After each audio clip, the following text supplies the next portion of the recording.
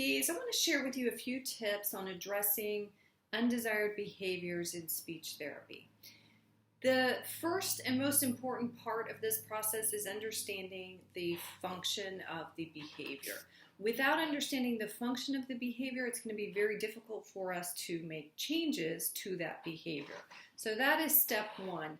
There's a chart that I love in addressing this process that was produced by Emergent Tree Education, and it really simplifies this process. So we have the behavior motivation, which is either to obtain something or avoid something, and it's either to obtain or avoid one of four things: attention, sensory input, objects, or activities or tasks.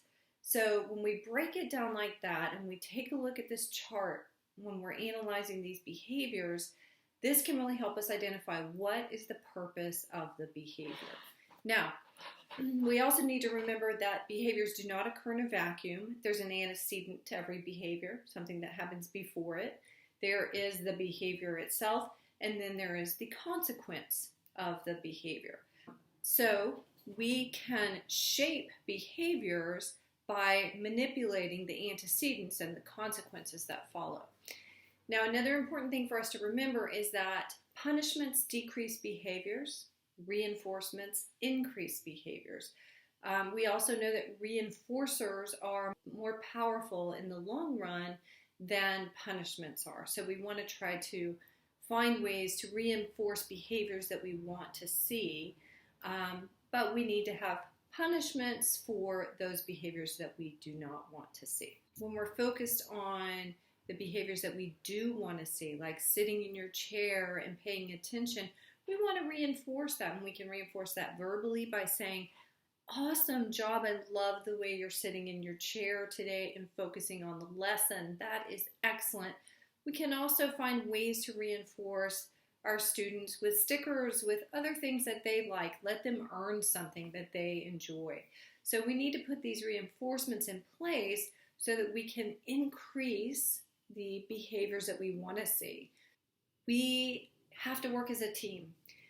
One of the most critical parts of changing behaviors is consistency across the board. So when we have children who exhibit a lot of challenging behaviors and we're working with them in a school setting, we want to talk to the teacher. We want to talk to the OT, the resource teacher, the parents, the school psychologist, everybody who is involved in that child's education, so that we are all on the same page. We are all giving the same reinforcements, the same punishments, so that we get great consistency and we can really change that behavior. Okay, I hope these tips have been helpful. And if you want to dive into this more, we have an online course on this topic. It's an hour of your time that is very well spent, and you'll pull some great pieces out that you can use in your practice.